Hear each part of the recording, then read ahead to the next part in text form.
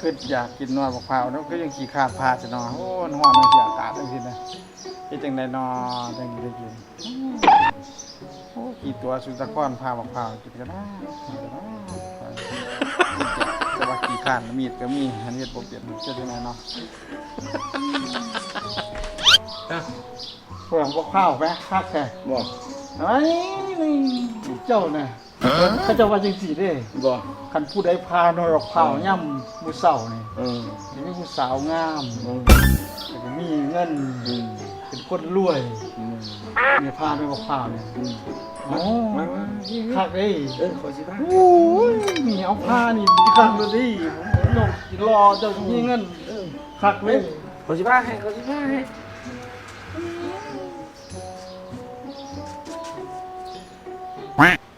เลยเจ้าเจ้าร อแน่นอน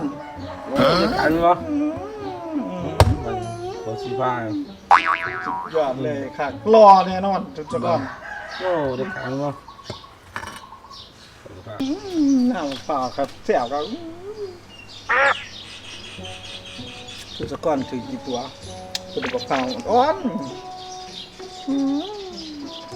แซ่บได้ไม่ได้พาก็ได้กินข้าวแซ่บคักขนาดเลยสุดยอด